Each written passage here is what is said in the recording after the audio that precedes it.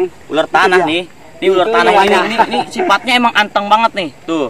Dia pokoknya kan dibilang ranjau darat karena tuh dia sifatnya kalau melihat manusia dia nggak akan ini, Bang. Nggak akan pergi. Karena apa? Dia pasti diam di situ, teman-teman. Karena apa? Dia ketika dia terusik atau terinjak dia baru akan menyerang atau menggigit. Nih yang kita takutin ular tanah, teman-teman. Ini nih salah satu ular tanah nih. Makanya teman-teman kalau seumpamanya teman-teman lagi ada di kebun tuh teman-teman harus wajib teman-teman itu Masukin karung nih. nih masukin karung nih. Masukin karung Ngeri sah. nih. Kalau caranya begini mah. Ini memang bahaya, Pak. Kita masukin karung aja, teman-teman. Ini untuk kita amanin.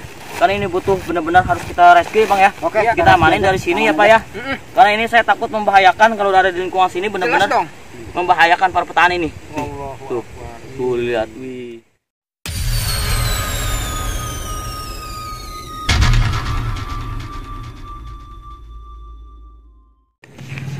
Assalamualaikum warahmatullahi wabarakatuh, teman-teman. Kita kembali lagi bersama kita di komunitas Sobat Ciseeng. Di video kali ini Emon mau coba untuk merescue salah satu rumah warga, katanya kedatangan ular tuh.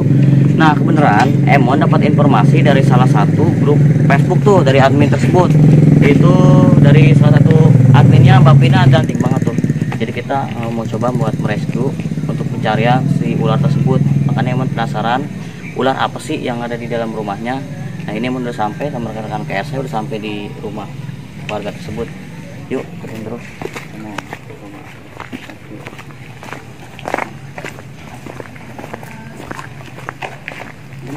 Assalamualaikum. Teh. Iya. Gimana teh itunya? Di dalam tapi nggak tahu bener sihnya keluar lagi apa enggak. Tadi malamnya jam 2. Oh jam 2. Iya. Ularnya warna apa tuh teh? Putih hitam, jadi maksudnya ada putihnya, tapi putihnya nggak terlalu pekat. Putih. Oh, hitam putih ya? Hitam kuning gitu ya. Takutnya bungaros sih yang bahaya itu. Takutnya ular yang berbisa tinggi. Kecil sih tapi. Kecil ya? Iya emang ini masuk bulan Desember, emang Ini musim. di sini nih pertamanya. Tapi jangan di kamar, masih di kamar ini ya. Iya. Inat gitu. Nah, mau diambil jam 2 kan. Jam 2 malam gimana ya? Emang itu jadi diemin aja, ternyata nggak ada. Pas dicari-cariin tadi pas pagi-pagi sama kakak sama bapak udah nggak ada ularnya apa nggak tahu mumpet. Oh, coba saya bantu cari ya. Yuk, Tom, semuanya. Ibu, maaf.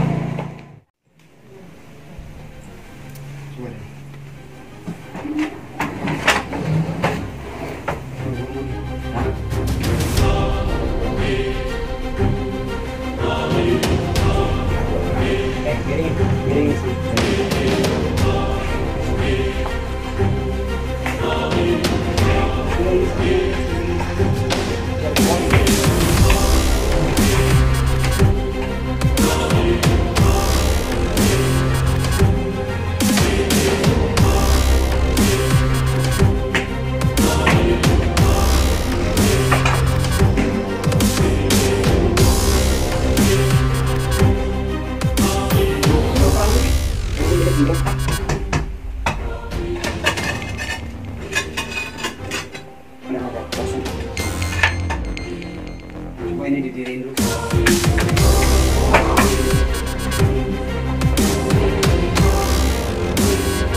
Mantap. Oke. Thank you.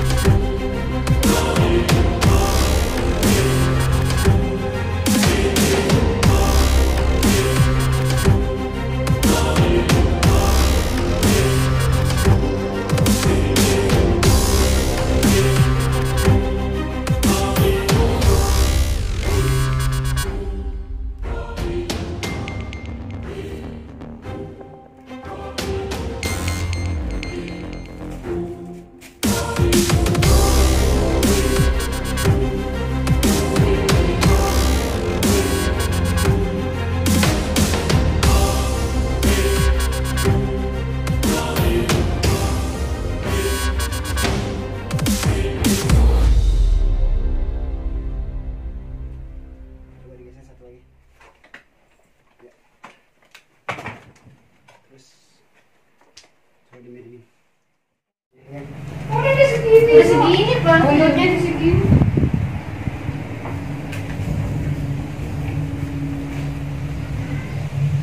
Ini ada pintu belakang nih. Teman-teman, ini kemungkinan ularnya antara ular tersebut, kalau di dalam kita tidak bisa menemukan ular tersebut, kemungkinan dia bisa keluar lewat pesisir sini teman-teman, di belakang. Nah, ini ada indikasi ular tersebut tuh ada di sini teman-teman.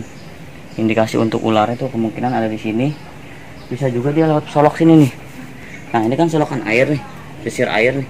Nah, ini juga yang kita takutin nih, takutnya ada lewat pesisir air nih teman-teman.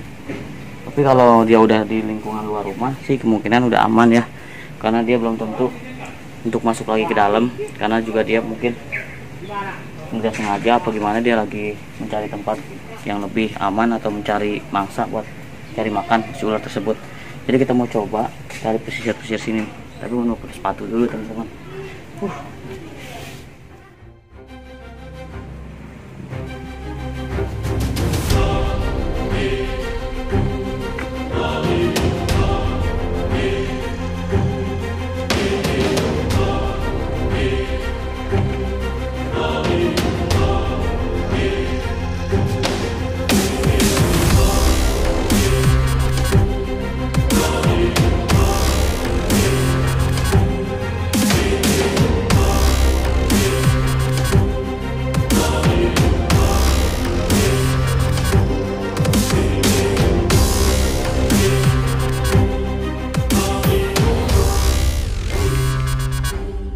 Kemarin emang tuh banyak ular kobra, terus ular tanah, terus king kobra, banyak. Emang baru menetes nih bulan ini. Itu kan si ada ambil nih. Itu diapain ularnya? Kalau itu mah kita paling kita amanin dulu, terus kita buang cari tempat yang lebih aman gitu, jauh dari permukiman warga gitu, ke kebun-kebun yang jauh. Jadi kalau ular kayak gitu kan ada sih yang dipelihara, tapi kalau terpelihara buat edukasi aja sih. Paling satu jenis buat contoh aja. Enggak dipelihara, dikumpulin enggak. Makanya banyak emang sekarang nih, banyak musim penetasan ular-ular yang berbisa tinggi. Itu ularnya kan hitam putih ya? Iya. Emang putihnya bukan putih yang mentereng, karena masih anakan kali, nggak tahu. Masih anakan, iya. Itu kan ada likodon juga, itu yang itu nggak berbisa. Tapi kalau yang itu jarang diketemuin. Yang sering itu, yang banyak sering diketemuin itu yang bunga arus itu. Harus sekaligus berbisa tinggi. Soalnya kalau bunga arus tuh dia ngegigit tuh nggak ada rasanya. Nggak ada rasanya gimana? Jadi nggak ngerasain panas, nggak ngerasain apa segala macam. Jadi tahu-tahu kita tidur aja lah. Mual aja, nanti tiba-tiba kita mual. Efeknya tuh mual sama gangguan pernapasan. Iya, karena dia nyerangnya tuh nyerang otak juga. Jadi efek gigitannya tuh nggak kayak ular tanah. Kalau ular tanah tuh digigit ular tanah, ular hijau tuh efeknya ada panas ya, pemanasan atau pembengkakan dulu, dia kayak orang melepuh gitu. Terus enggak makan amit-amit gitu ya. Patok nih, pertama kali kita lakuin apa? Nah, kalau kita digigit nih sama ular yang tadi tuh yang modelnya kan takutnya kan namanya orang. Buru-buru tadi tuh imobilisasi. Jadi tangannya tuh diikat, tapi diikatnya bukan karena mati, jangan, enggak. Kita ikat pakai kayu, ranting kayu, nyari kayu atau gagang paku, atau dipatahin tuh. Itu kita ikat, pengikatan kita lakuin tuh imobilisasi. Jadi itu kita ikat kayak gini nih, kayak gimana ya? Dililit gitu, papan di iya, kayak orang patah tulang. Kayak orang patah tulang, nanti dililit, diikat aja. Ikatnya nggak usah ikat kencang, nggak usah ikut peredaran darah gitu. Karena justru itu malah membahayakan, takutnya ada nanti pembusukan di bagian organ tubuh kita nih. Kalau kita lakuin imobilisasi, terus kita jangan banyakin pergerakan. Gitu aja. Ya insya Allah, walaupun bisa 1 hari 2 hari dibawa ke rumah sakit bisa ketolong. Justru kalau kita banyak pergerakan, kita panik, emang pasti panik ya. Kalau digigit ular pasti panik, itu makin cepet tuh. Itu peredaran sebisa ularnya makin cepet ke organ tubuh kita tuh. Jadi kayak dia langsung nyerang saraf otak, jantung. Makanya kalau orang di kebun-kebun tuh kan banyak yang nggak tahu tuh. Katanya kan kalau digigit ular tanah bisanya tuh dirobek gitu kan. Iya. Tangannya di darahnya dilukain gitu ya, biar katanya si bisa ularnya nggak keluar gitu. Sebenarnya salah. Kalau kayak gitu justru kebanyakan ular berbisa itu nyerangnya sel darah merah, jadi dia ngelewat kelenjar getah bening. Gitu. Jadi bukan langsung lewat peredaran darah. Jadi dia lewat dari sel darah merah kita, itu ikutin diserang sama dia. Mana ada tuh? Iya, baru ada penyebaran. Mana kalau kita semakin mempompa organ tubuh kita yang kegigit, itu malah semakin banyak, semakin cepat itu peredaran bisa ularnya. Mana kalau digigit, ada tetangga digigit ular kayak begitu, mendingan langsung bawa ke rumah sakit aja. Bawa ke rumah sakit terus diikat kayak orang patah tulang aja. Jangan diikat kayak diikat mati gitu kan.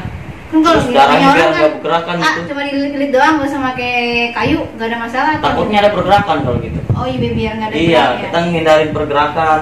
Karena kalau ada kayu, otomatis di tangan kita itu kan harusnya diem kan, kaku kan.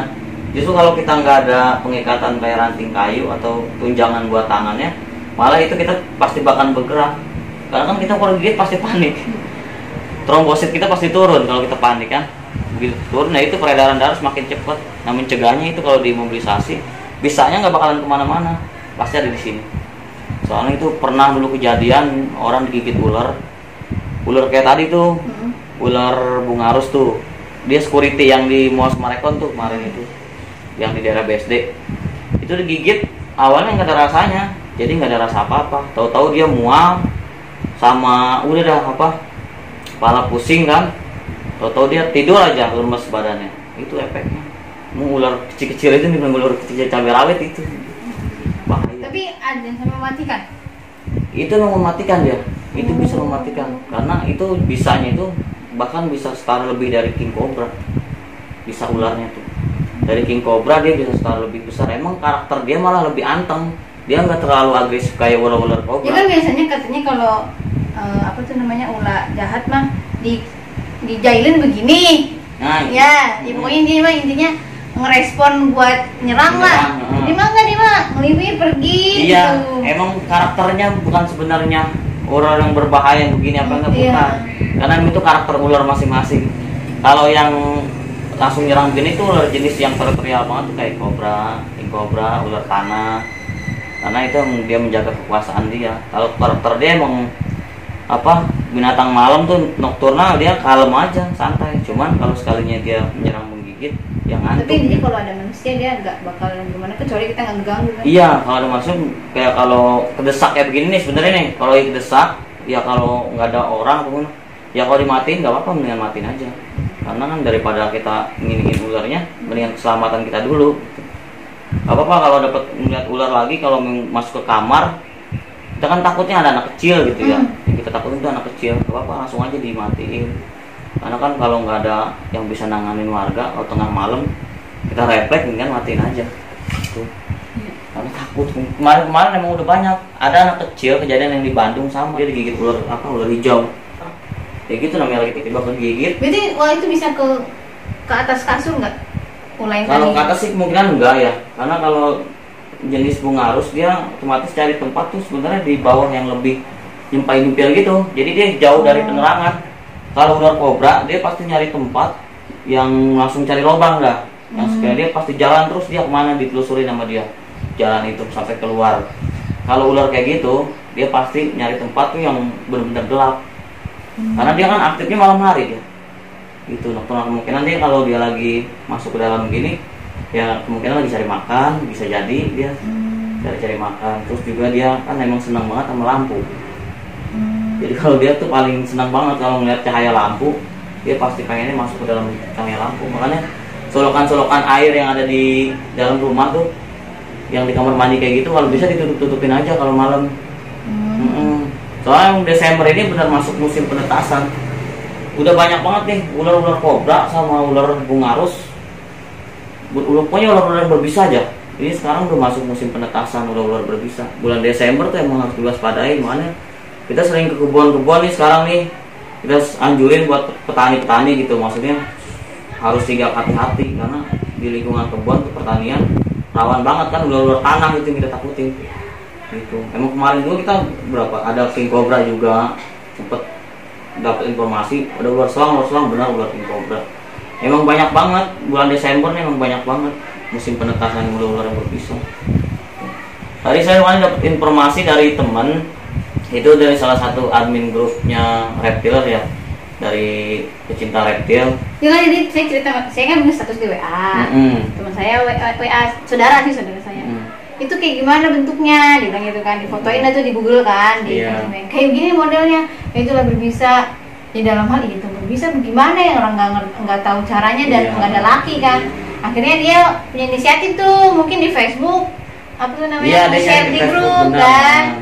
Nih dapat nih si itu yang komunitas Ciseeng lah, dekat amat, alhamdulillah dekat, kira saya jauh kan. Nah, emang tadinya itu dari itu sih apa, admin grupnya dari Kediri sama dari Bogor juga ada.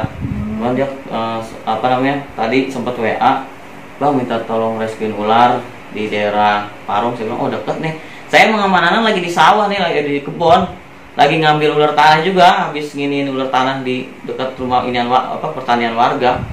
Emang sekarang banyak banget ular berbisa, apalagi kan musim hujan. Musim hujan tuh ular tuh, apalagi ular tanah tuh, kalau habis musim hujan dia pasti keluar, habis hujan aja cuaca hujan dia pasti keluar tuh. Makanya kemarin banyak banget kasus di Rumpin, ada yang gigit ular tanah kan sampai meninggal itu kan, karena itu salah penanganannya. Jadi dibawa ke dukun, dibawa ke orang pintar. Kita aja pakai tabur mungkin. Iya. Pakai garam. Kita kalau itu dikasih bawang segala macam. Kalau menurut cerita dari si keluarga korban ya, kita kemarin datengin. Nah itu jadi karena apa? Kurangnya informasi dari edukasi dari penanganan ular-ular seperti itu. Mana kita edukasi lagi kalau digigit ular tuh cara penanganan yang pertama yaitu mobilisasi, itu paling penting banget. Itu penanganan paling pertama. Jangan aja kalau sebelum kita digigit ya kita ikat semau kita gitu, tapi tetap aja kita bisa bergerak jalan ya, kayak di kaki nih. Ya waktunya di kaki ya mending selonjor, kita selonjorin aja. Intinya jangan sampai bergerak aja nih bagian kaki gitu. Kalau di kebun kita nggak bisa nyari kayu, nggak bisa ngikat ya, di rumah ya masukin aja tangan teteh misalkan ke dalam baju teteh nih. Jadi kan tangan posisi begini terus, teteh jalan pun pasti tangan begini. Oh iya. Ya itu aman juga buat kita. Itu salah satu buat imobilisasi juga. Kalau supaya kita harus tunggu orang kan bisa diikat kan, susah ikat tangan gitu kan. Caranya gimana nih, tangan bisa diikat nih misalkan. Nah itu kayak imobilisasinya kayak begini aja, masukin tangan ke baju teteh sampai ke sini kan, tangan teteh begini terus nih. Teteh jalan pun pasti bisa begini kan. Yang penting jadi itu nggak ada pemompaan darah dari tangan. Itu cara yang alternatif itu untuk ke rumah sakit. Yaudah aja diminum ah. Iya teh, ini, aduh, makasih banyak ini. Ini air juga. Saya minum ya Pak, Bu, haus soalnya nih. Oke sahabat komunitas Reptil Ciseeng dimanapun kalian berada. Oke kali ini kita udah coba buat penelusuran untuk merescue salah satu ular di satu lingkungan dalam rumah warga.